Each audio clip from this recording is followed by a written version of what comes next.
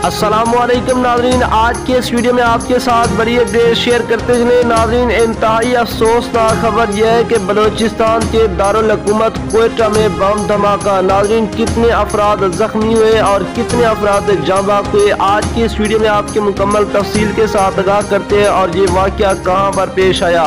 इससे पहले अगर आपने अभी तक हमारी वीडियो को लाइक नहीं किया तो वीडियो को लाइक कर दें, चैनल पर पहली मरतबा विजिट करें तो चैनल को सब्सक्राइब करके साथ लगे बेल आइकन को भी प्रेस कर दें ताकि आपको ऐसी अपडेट वक्त पर मिलती रहे। तो नाज़रीन, क्वेटा में धमाका, मुतअद्दिद अफराद जाँ बहक हो गए। तफसीलात के मुताबिक सूबे बलूचिस्तान का दारुल हुकूमत क्वेटा जुमेरात की रात को धमाके से लरस गया। मीडिया रिपोर्ट्स के मुताबिक क्वेटा के मसरूफ इलाके जना रोड पर वाक़ साइंस कॉलेज के करीब धमाका हुआ।